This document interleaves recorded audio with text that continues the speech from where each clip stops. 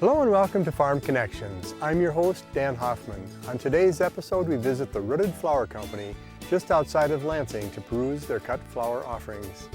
JoAnne Lower provides us another story of growing up on a small farm just across the Iowa border, and the University of Minnesota Extension provides us with another best practices, all here today on Farm Connections.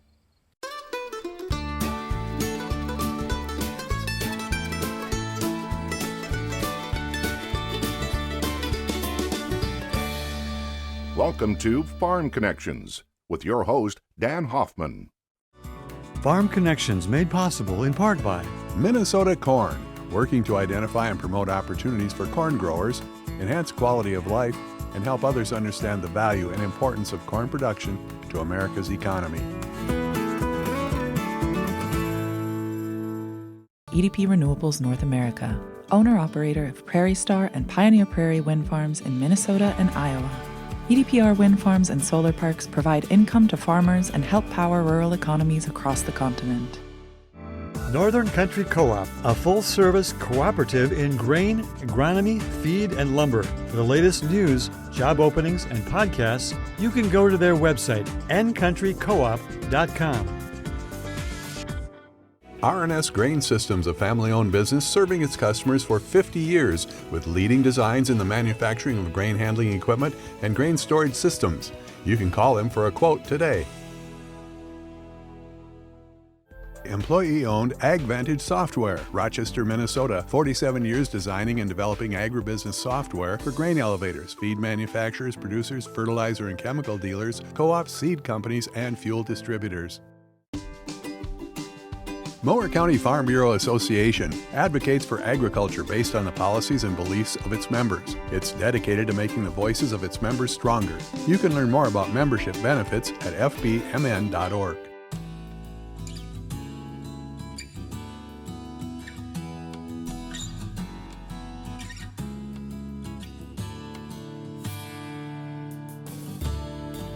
Welcome to Farm Connections. We traveled to northeast Lansing, Minnesota at a beautiful spot with beautiful flowers and beautiful people. With me today is Mackenzie.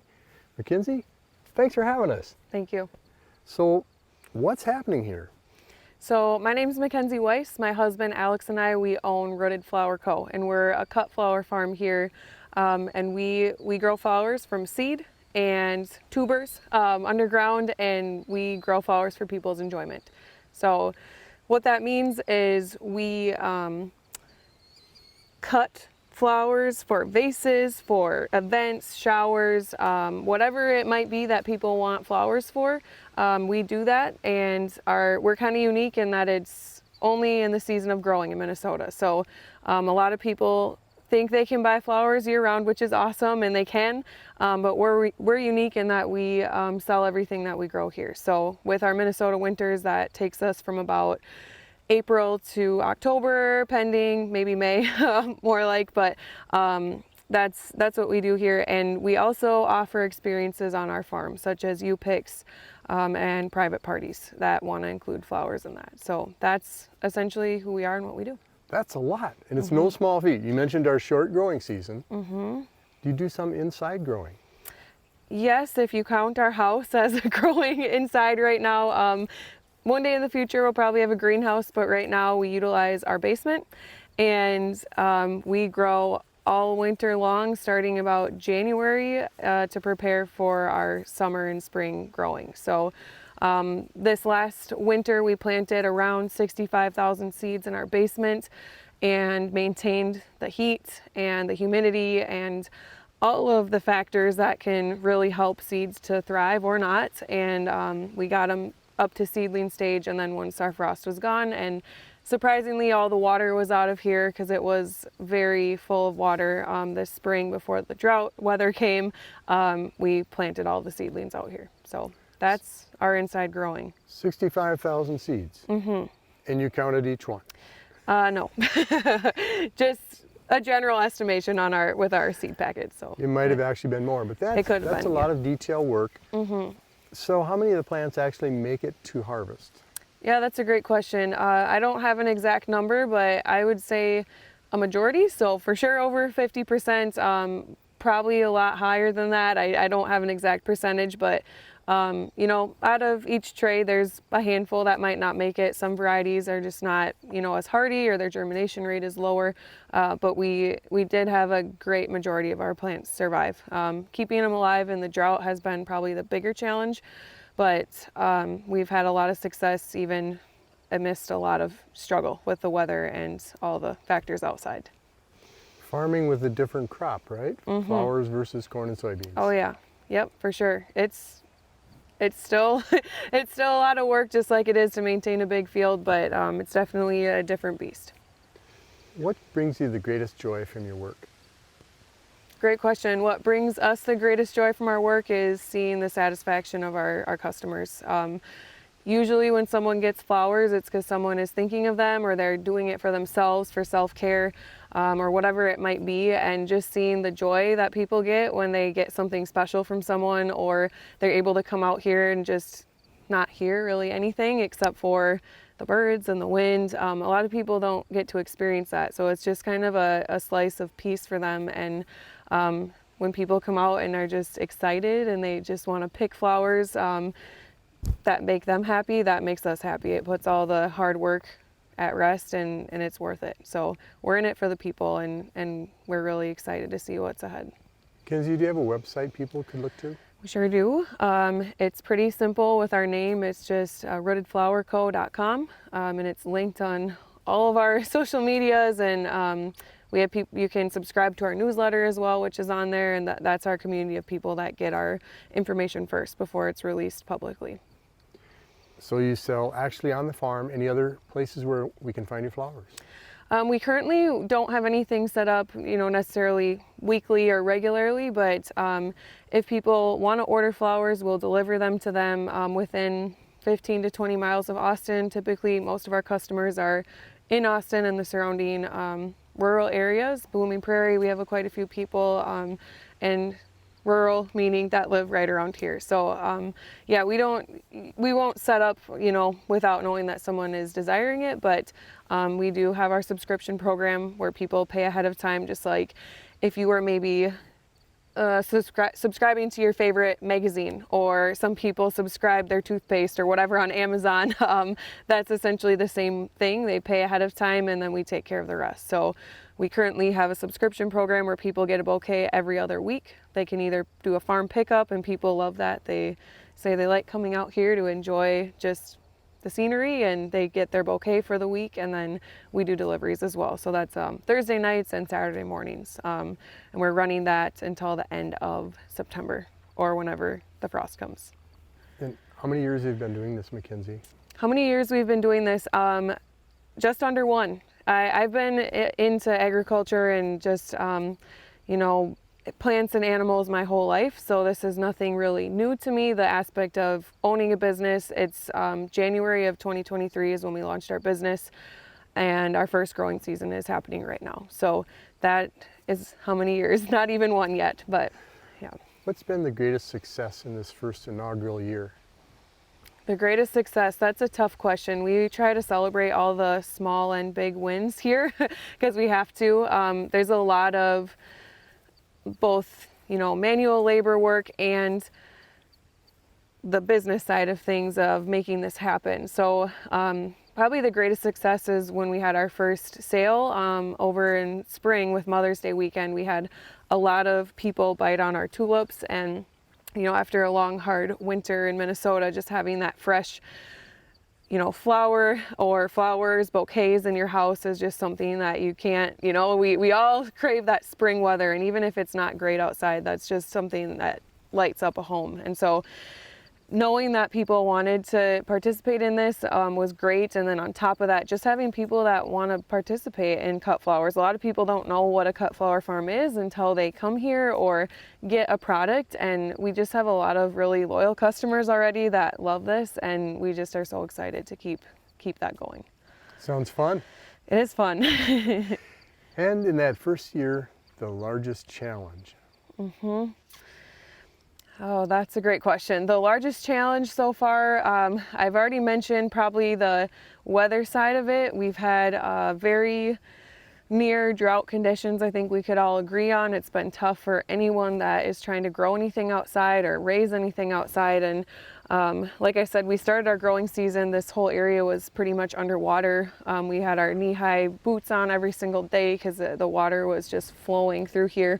And once that went away, we've had less than we can count on our hands of actual rain that sticks and does something. So just keeping up with the watering and making sure our plants are healthy, that's been a pretty big challenge. And then besides that, just we're new business people in the area, and just getting our feet in the door and having people that will take a chance on us and support us. And that's I wouldn't say it's been really a challenge, but just knowing that we can put ourselves out there and our community has really stepped up and supported us. So it's been nice.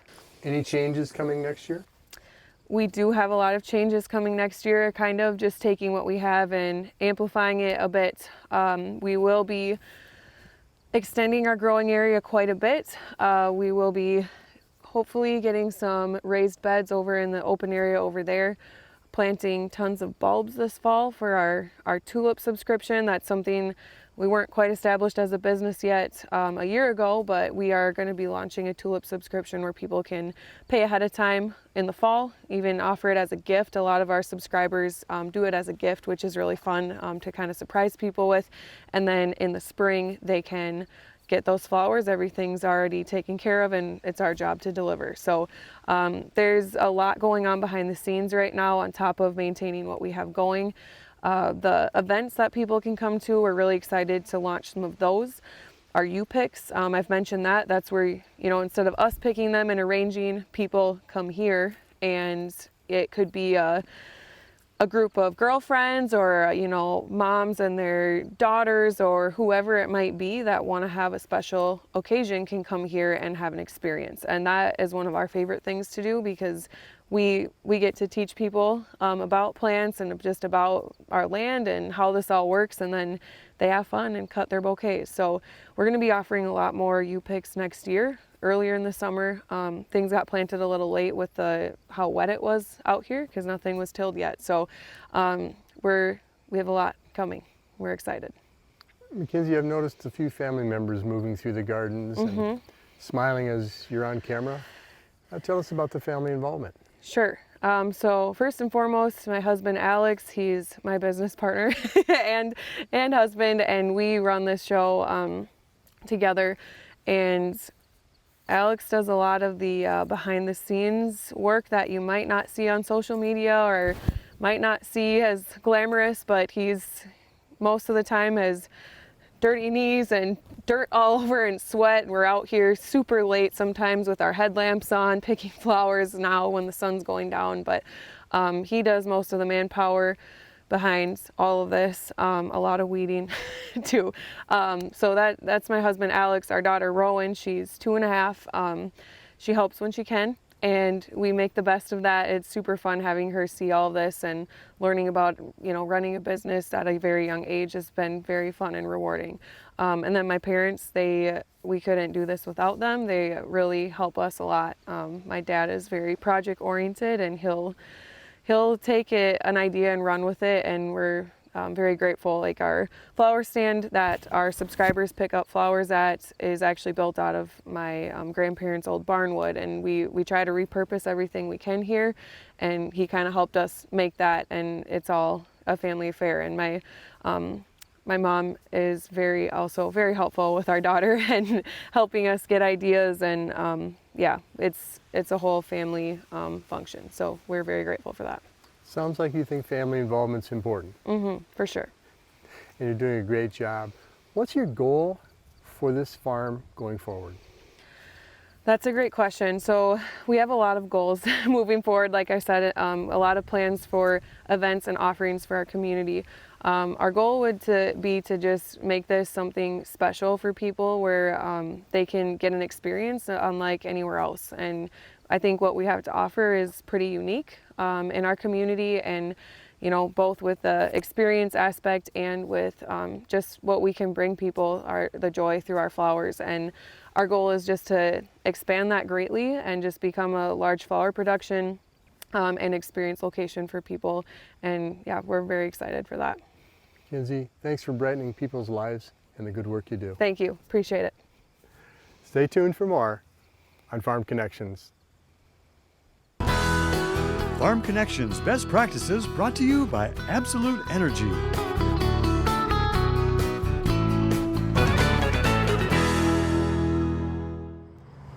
My name is Daniel Kaiser, Extension Nutrient Management Specialist with the University of Minnesota, and this is today's Best Practices segment. For today's segment, what we're going to talk about is making nutrient management decisions.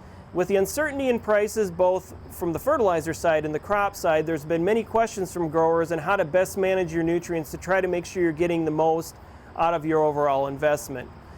Within the University of Minnesota, our research, we've been extensively looking at different things to try to fine-tune where and when certain nutrients are needed. Two of one's nutrients that we've been putting a lot of emphasis on have been phosphorus and potassium, and these are nutrients that are easy to determine where you need them based on a soil test. So we get into years with a lot of uncertainty on prices. If you have a soil test, that can go a long ways in determining where and how much of a nutrient that might be needed. Phosphorus, for example, one of the things that we've been really looking at a lot of our research has been to focus it on looking at a risk assessment of what would happen if I didn't apply phosphorus. And if we're look at situations where we get into high to very high soil tests, so a Bray soil test of 20 or above, or an Olson or 15 above, we know that there's a very low probability at that point in time that the phosphorus that we're applying with fertilizer is actually going to be needed by the crop.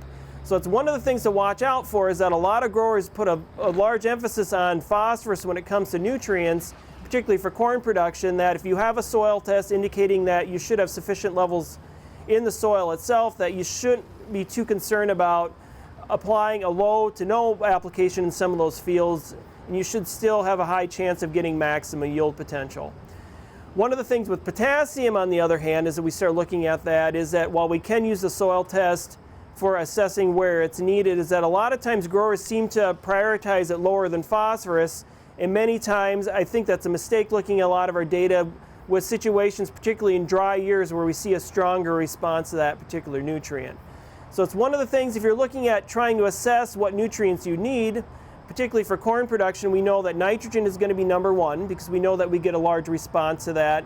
Then use your soil test for phosphorus and potassium. Prioritize those based on what your soil test is.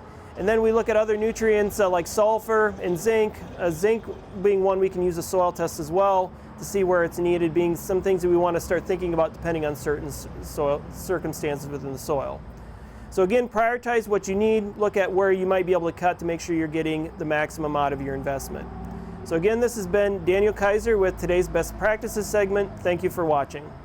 I would like to tell you a story of love and courage. A story about my grandmother, JoAnne.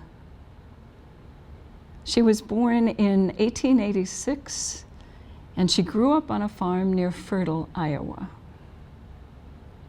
She had just promised to be the bride of Steen Wagner. That's how they pronounce it in the old country. Oh, she's not so beautiful as other women I've seen, Steen thought to himself, but she's strong. She'll help me farm. She will bear my children. She will be my wife. JoAnne was thrilled that a man such as Steen would want to marry her.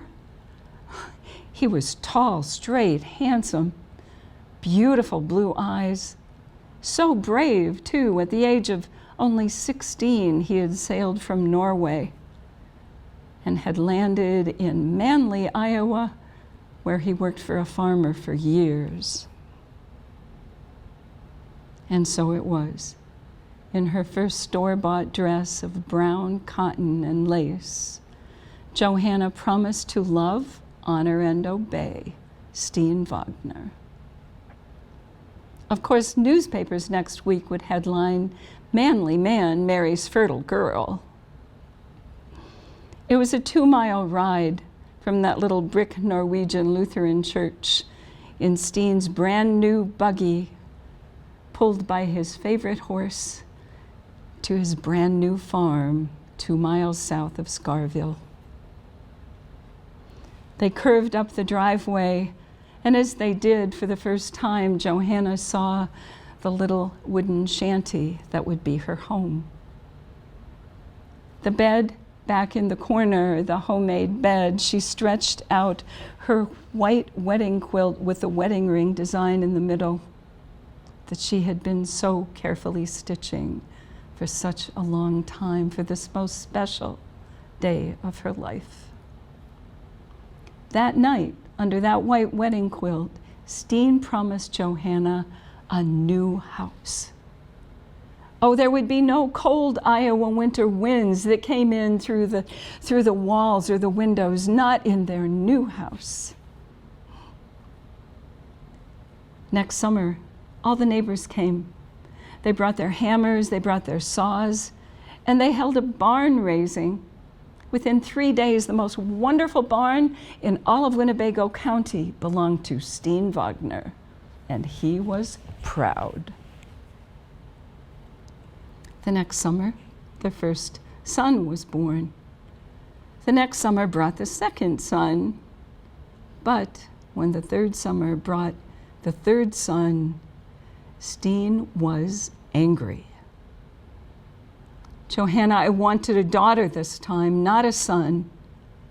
Because you have given me another son, tonight you will come with me to the barn and help me milk the cows.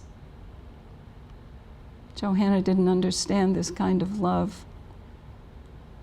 But she got up from her bed. She went out to the barn and she milked the cows. That night, the next night, and she grew stronger. She learned how to cook on that wooden cook stove.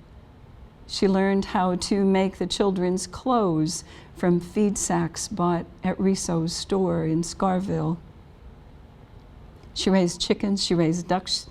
She sold the chickens, she sold the ducks, she sold the eggs. She grew stronger. And not long after, a daughter was born. And then the second, and then the third. And it was years later when the second daughter was sitting in the kitchen stitching her white wedding quilt that she said, "Ma, Pop promised you a new house. Do you remember?" Of course, JoAnne remembered.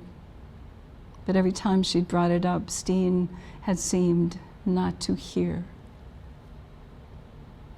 It was one morning as JoAnne was making her very best, an apple pie, that she heard men's voices out in the farmyard, and through the window saw all the neighbors gathered with their hammers and their saws, and she ran out to Steen. "Steen, what is going to happen? What are you going to build?" "Never mind," he said. "Men's work. Go inside." It didn't take long before JoAnne realized that what was being built was another new barn. Just in case any of the people in Winnebago County had forgotten that Steen was the best farmer, they would now be reminded. Steen came into the house after the barn was completed and announced that he would be going to Lake Mills to buy a new team of horses good enough for his barn. JoAnne walked across the farmyard and for the first time stepped into that barn. It was beautiful. It was huge. There would be no cold Iowa winter winds that came in through the walls or the windows of this barn. She looked around and the doors on the horse stalls, wouldn't they look beautiful with the quilts she had made from the leftover feed sacks? And the alleyway where the stanchions would be hung and the cows would be milked, the perfect place for Hazel to walk on her wedding day. Oh, there was no supper that night. Just 6 grown children asking no questions who moved the household into the barn. Steen came home the next day, and as he and JoAnne walked to the new barn, He thought he could smell his favorite supper cooking. He stepped in and fell to his knees.